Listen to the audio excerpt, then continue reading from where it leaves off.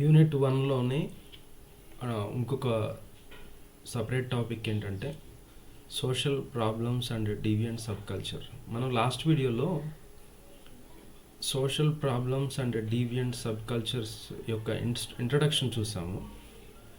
ఈ వీడియోలో మనం ఏం చూస్తామంటే ఇంట్రడక్షన్తో పాటుగా ఇంకొంచెం డీప్గా లోపలికి వెళ్ళి మనం చూస్తాం అన్నమాట. కాబట్టి మీరు జాగ్రత్తగా ఆ విషయాలు గమనించాలి. ఓవర్వ్యూ ఆఫ్ సోషల్ ఇష్యూస్ మనం చూస్తే రేంజ్ ఆఫ్ సోషల్ ఇష్యూస్లో social issues, cultural, economic and political problems affecting communities and individual world wide. అంటే సోషల్ ఇష్యూస్ అనేవి ఒక విలేజ్కో లేకపోతే ఒక మండలానికో పరిమితమైనవి కాదు. ఇది వరల్డ్ వైడ్ ఇష్యూ అనేది వరల్డ్ వైడ్గా ఉంటుంది. ఎందుకంటే కల్చరల్ ఇష్యూస్, ఎకనామికల్, పొలిటికల్ అనేవి వరల్డ్ వైడ్గా ఉంటాయి. కాబట్టి సోషల్ ఇష్యూస్ కూడా వరల్డ్ వైడ్గా ఉంటాయి. అది ఒక ప్రాంతానికి చెందినటువంటివి కావు. తర్వాత మనకి ఇదంత ఇంపార్టెంట్ కాదు. మనం డీవియంట్ సబ్ కల్చర్స్ అంటే ఏంటో చూడాలి. ముందు అసలు సబ్ కల్చర్స్ అంటే ఒక డెఫినేషన్ ఏంటి? అసలు సబ్ కల్చర్ అని మనం వింటాం కదా. సబ్ కల్చర్ అంటే డెఫినేషన్ ఏంటంటే నేను ఇక్కడ మీకు చూపిస్తున్నా చూడండి. A cultural group within a larger culture often having beliefs or interest at variance with those of the larger culture. ఒక సొసైటీలో ఉంటూ ఆ సొసైటీలో పెద్ద గ్రూప్ ఏదైతే ఉంటుందో ఆ గ్రూప్కు ఉన్నటువంటి కల్చర్ని పాటించకుండా సపరేట్గా దాంట్లోనే ఒక చిన్న కల్చర్గా ఏర్పడి ఒక బిలీఫ్, ఒక సిస్టమ్ని ఏర్పరచుకునేదాన్ని సబ్ కల్చర్ అంటాం. అంటే లార్జర్ కల్చర్లో ఉన్నటువంటి చిన్న దాన్ని సబ్ కల్చర్ అని చెప్పి పిలుస్తాం అనమాట. Deviant subculture adopt behaviour styles outside society norms often challenging conventional values.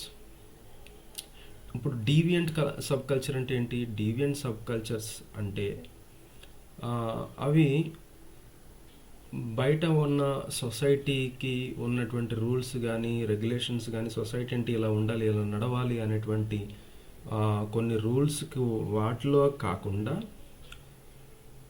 వీటికంటూ సపరేట్గా కొన్ని ఐడియాలజీ సృష్టించుకునేదాన్ని డీవియంట్ సబ్ కల్చర్ అని చెప్పేసి అంటూ ఉంటాం.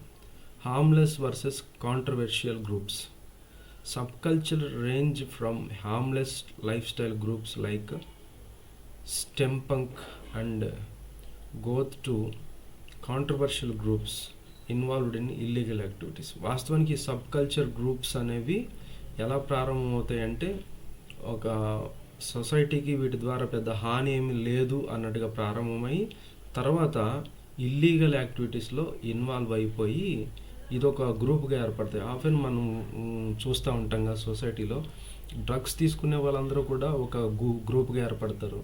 తర్వాత ఆల్కహాల్ తాగే వాళ్ళందరూ కూడా ఒక చోట కూర్చోవడం, వాళ్ళొక గ్రూప్గా ఏర్పడటం, ఇవన్నీ కూడా హార్మ్లెస్గానే ఉంటాయి. కానీ తర్వాత ఇవన్నీ కూడా ఇల్లీగల్గా మారిపోతాయి. Sexual and criminal sub cultures. Sexual sub cultures like BDSM show evolving social acceptance. అంటే BDSM అనేది ఒక కైండ్ ఆఫ్ షో. దాంట్లో అన్నీ కూడా అసభ్యకరమైనటువంటి వీడియోస్ అలాంటివన్నీ కూడా వాళ్ళు చూపిస్తూ ఉంటారు. అలాంటిది సోషల్ యాక్సెప్టెన్స్, సోషల్గా అది అంగీకరించబడింది కొన్ని ప్రాంతాల్లో. అంటే ఏమవుతుంది? కల్చర్ ఏమైపోతుంది? Criminal sub cultures engage in illegal networks. ఇలాగ క్రిమినల్స్ కూడా ఒక గుంపుగా ఏర్పడి వాళ్ళు ఇల్లీగల్ పనులు చేసుకున్నా సరే అదొక సోషల్, సాంఘికంగా అది కూడా యాక్సెప్ట్ చేసేటువంటి పరిస్థితుల్లో కొన్ని దేశాలు ఉంటున్నాయి అన్నమాట. Drug sub culture and social impact. Drug sub culture promote life style normalising substance use impacting social order and public health. ఇప్పుడు డ్రగ్ సబ్ కల్చర్ కూడా ప్రారంభించారు. అంటే డ్రగ్స్ కూడా వెరీ కామన్ అన్నట్టుగా కొంతమంది యాక్సెప్ట్ చేస్తున్నారు. కానీ అది ఏం జరుగుతుందంటే సోషల్ ఆర్డర్ మీద, పబ్లిక్ హెల్త్ మీద దానివల్ల ఇంపాక్ట్ అనేది జరుగుతుంది. Deviant sub cultures definition and types మనం చూసాము. ఇప్పుడు యూనిట్ సెకండ్ యూనిట్లో ఒక టాపిక్ మనం చూద్దాం. సెకండ్ యూనిట్లో ఇప్పుడు దాకా మనం చూసుకుంటూ వచ్చింది ఏంటంటే ఫస్ట్ యూనిట్. ఇప్పుడు సెకండ్ యూనిట్లో social problems theories, social problems and theories, functional Marxist and Gandhian approaches. మనం ఇవి ఆల్రెడీ చూసాం. సోషల్ థియరీస్లో functional approach, Marxist approach, Gandhian approach అనేది మనం ఇంతకుముందు ఆల్రెడీ చూసాం. So I'm not repeating that again. అయితే ఈ సోషల్ ఇష్యూస్లో భాగంగా మనం బాగా గుర్తుపెట్టుకోవాల్సింది ఏంటంటే చైల్డ్ లేబర్ అనేది one of the major social ఇష్యూగా మనం చెప్పొచ్చు. చైల్డ్ లేబర్ అనేది one of the major social issue. ఎందుకు ఇది one of the major social issue అని అంటే స్కోప్ అండ్ లీగల్ స్టేటివ్ మెజర్స్ అంటూ చూద్దాం. First child labour prevalence. Child labour అనేది ఎలాగా అది వ్యాపించింది. Despite progress millions of children remain engage and hardest work linked to poverty and illiteracy world wide. ముఖ్యంగా child labour ప్రపంచం అంతటికి కూడా వ్యాపించడానికి గల కారణం ఏంటంటే ముఖ్యంగా నిరక్షరాస్యత. నిరక్షరాస్యత అనేది దాదాపుగా అన్ని ప్రపంచాలకి, దేశంలో ఉన్న ప్రతి దేశానికి కూడా ఇంటర్లింక్డ్ అయి ఉన్నది. కాబట్టి దీని ద్వారా ఎక్కువగా చదువు లేకపోతే ఏం జరుగుతుంది, పిల్లలకు ఉద్యోగాలు రావు, వాళ్ళు తొందరగా ఏ ఉద్యోగాల్లో చేరలేరు. ముందు చదువు రాకపోవటం వల్ల వాళ్ళు ఇంటి దగ్గర ఉండాల్సి వస్తుంది. ఇంటి దగ్గర ఉండటం వల్ల లేబర్లో ఏదో ఒక పనులు చేయాలని అలాగా వాళ్ళు ఇల్లీగల్ వాటికి ఎడిక్ట్ అనేది అయిపోతున్నారు. Legislative milestones. Key laws like 1986 act, 2016 amendment restrict child labour and hazardous employment for minors. అయితే 1986 సంవత్సరంలో తర్వాత 2016 సంవత్సరంలో వచ్చినటువంటి చట్టంలో వచ్చినటువంటి కొన్ని మార్పులు ద్వారా ఏం జరిగిందంటే ఈ చైల్డ్ లేబర్ కోసం ఒక యాక్ట్ అనేది తీసుకుని వచ్చారు. దీని ద్వారా ఏం జరుగుతుందంటే చిన్నపిల్లల్ని ఉద్యోగాల్లో పెట్టకూడదు, పనుల్లో చైల్డ్ లేబర్ యాక్ట్ అనేది తీసుకుని వచ్చారనమాట. తర్వాత ఏం జరిగిందంటే rehabilitation efforts, policies and projects focusing on rescuing, rehabilitating and educating affected children to break the cycle of labor. తర్వాత చిన్నపిల్లలు ఉద్యోగాల్లో ఉండకుండా వాళ్ళందరినీ కూడా రీహాబిలిటేషన్కి సెంటర్స్కి పంపటం, తర్వాత వాళ్ళందరినీ కూడా చదివించడం, ఇలాంటి కొన్ని కార్యక్రమాల ద్వారా ఈ చైల్డ్ లేబర్ అనేది ఒక కొద్దిగా తగ్గుతా వచ్చిందనమాట. సో సోషల్ ఇష్యూస్లో చైల్డ్ లేబర్ అనేది one of the major problem. Next crime categories ఏంటో చూద్దాం. సోషల్ ఇష్యూస్లో క్రైమ్ కూడా ఒక మేజర్ పాత్ర అనేది పోషిస్తుంది. Types and sociological perspectives. Crime categories overview. Crime are categorized as personal, property, hate, white collar, organized crime and juvenile delinquency, each district characteristics. రకరకాలైనటువంటి crime categories ఇక్కడ మనకు కనబడుతున్నాయి. పర్సనల్గా కేటగిరీ, తర్వాత ఒక ద్వేషంతో చేసేటువంటి క్రైమ్, లేకపోతే ఆస్తుల కోసం ధనం కోసం చేసేటువంటిది, తర్వాత ఒక సిస్టమేటిక్గా ఆర్గనైజ్డ్గా చేసేటువంటి క్రైమ్ కానీ, లేదా చిన్న పిల్లల్లో జరిగేటువంటి క్రైమ్ కానీ, ఇలాగ రకరకాల కేటగిరీస్ అనేది మనం చూస్తున్నాం. వీటిల్లో impact of hate crimes.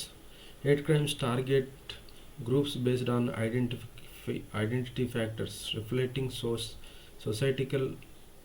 societal prejudice and causing deep emotional harm. ఈ ఇంపాక్ట్ ఆఫ్ హేట్ క్రైమ్స్ అంటే ఏంటంటే, ఇప్పుడు మనం సాధారణంగా తరచూ ప్రతి సొసైటీలో మనకి ఈ హేట్ క్రైమ్స్ అనేది రేట్ ఈ మధ్యన పెరిగిపోతూ ఉంది. అంటే మన ఇంటి పక్కన వాళ్ళు ఎవరైనా మంచిగా ఉంటే, వాళ్ళు మంచిగా ఎదుగుతుంటే మనం చూడలేము అనేటువంటి విషయాలు వింటూ ఉంటాం చూడండి.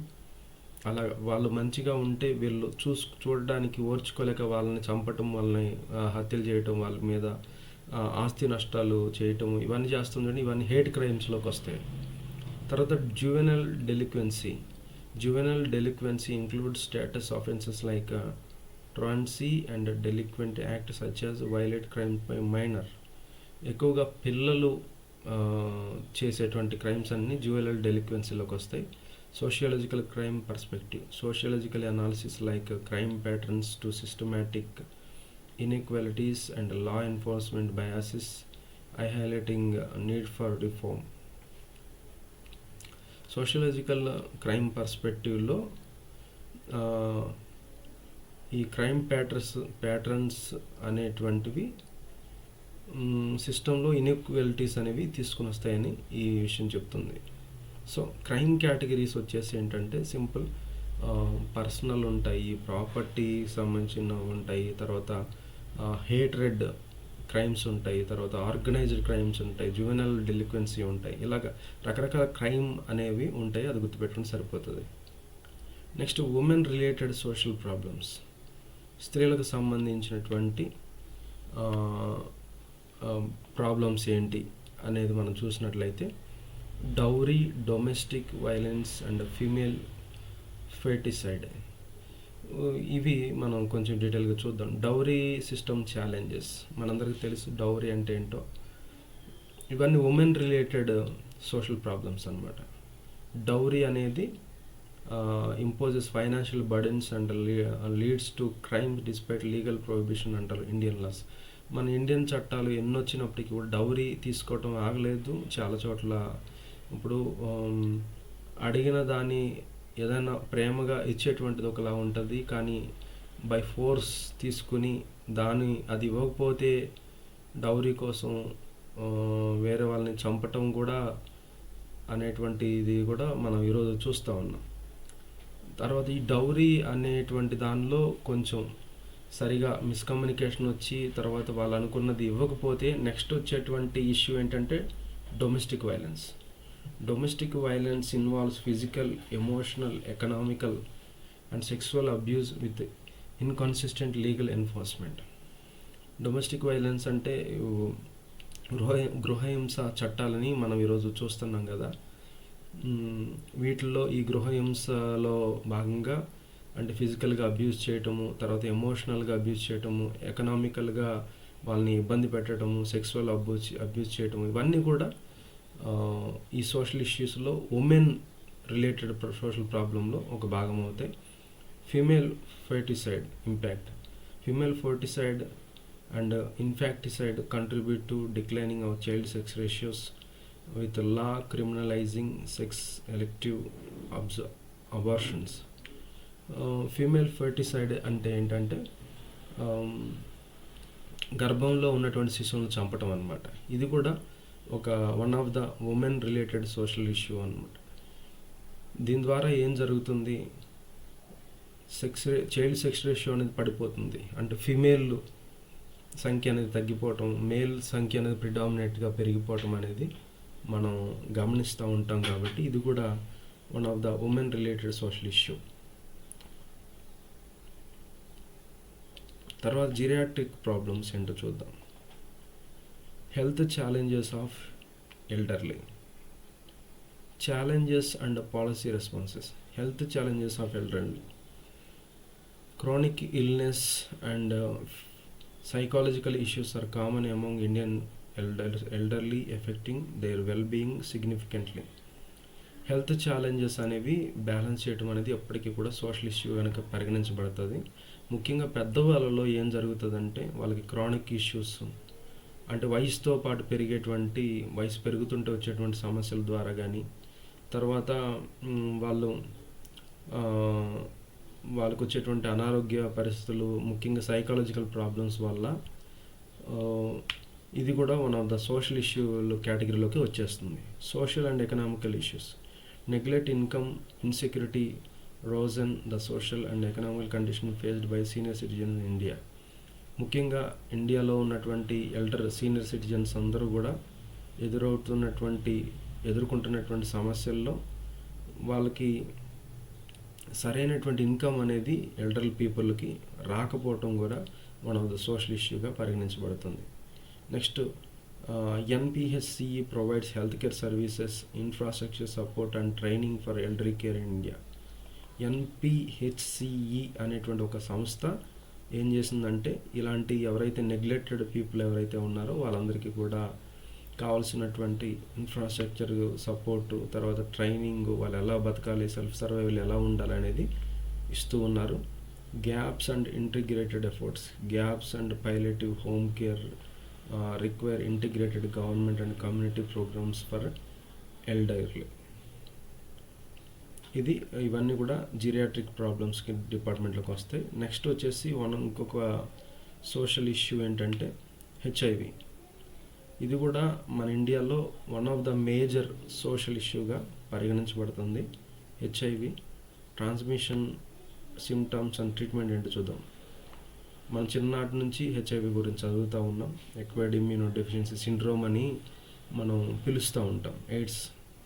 ఇది ట్రాన్స్మిషన్ ఎలా జరుగుతుంది, సిమ్టమ్స్ ఏంటి, ట్రీట్మెంట్ ఏంటి అనేది ఒకసారి బ్రీఫ్గా మనం చూద్దాం.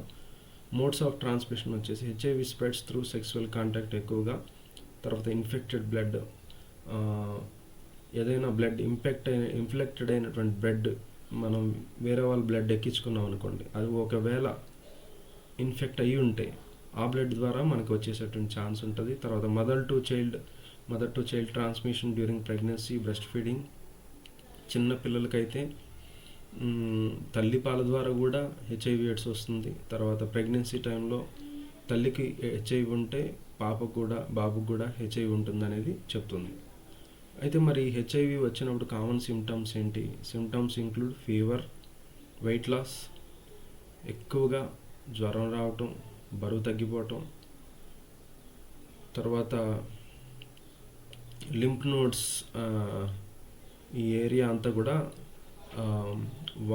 వాపు రావటం, తర్వాత పర్సిస్టెంట్ ఫెటిగ్ ఇన్ఫెక్టెడ్ ఇండివిజువల్స్, ఎక్కువగా వాళ్ళు బలహీనమైపోయి టీబీ వచ్చిన వాళ్ళలాగా ఎక్కువగా దగ్గుతూ ఉంటారు, బాగా బక్కపలసుగా తయారైపోతారు. ఈ శరీరంలో ఉండేటువంటి మార్పులు, అది లోపల ఉండి తినేస్తా వాళ్ళు ఎండిపోయినట్టుగా తయారైపోవడం, ఇదంతా కూడా కామన్ సిమ్టమ్స్గా మనం గుర్తించవచ్చు. మరి దీనికి treatment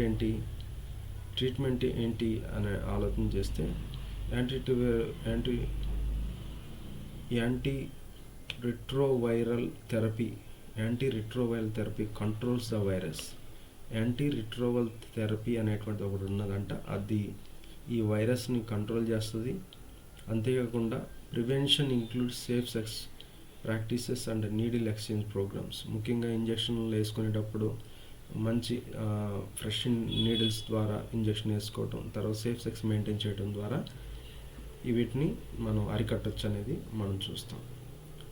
next another problem is prostitution and alcoholism. ఈ రెండు మనకి అంత ఎక్కువగా తెలిసినటువంటివి కాబట్టి నేను అన్నీ డిస్కస్ చేయట్లేదు. ప్రాస్టిట్యూషన్ అనేది మనకు తెలుసు, వ్యభిచారం కూడా one of the major social issue. And alcoholism ఇండియాలో మనం, ఎందుకంటే ఇవి అంతకుముందు క్లాసుల్లో మనం డిస్కస్ చేసాం. ప్రాస్టిట్యూషన్ తర్వాత ఆల్కహాలిజం అనేది ఎంత పెద్ద ప్రమాదకరమైందో మనం చూసాం. దాని ద్వారా సొసైటీలో ఏం చేంజెస్ వస్తున్నాయి, ఇంట్లో ఏం చేంజెస్ వస్తున్నాయి అనేది మనం చూసాం. So come to the conclusion, key takeaways and call to action is interconnected social issues. Social problems like child labor and gender violence are deeply interconnected, require integrated solutions. Child labour కానీ, gender violence కానీ, వీటన్నిటికీ కూడా ఒకదానికి ఒకటి సంబంధం ఉంటుంది. కాబట్టి వీటికి పరిష్కారం ఏంటంటే లోపల నుంచి పరిష్కారం అనేది జరగాలి. రెండోది హోలిస్టిక్ అప్రోచ్ నీడెడ్. తర్వాత combining legal informations, education, health care and community engagement is vital for effective problem solving.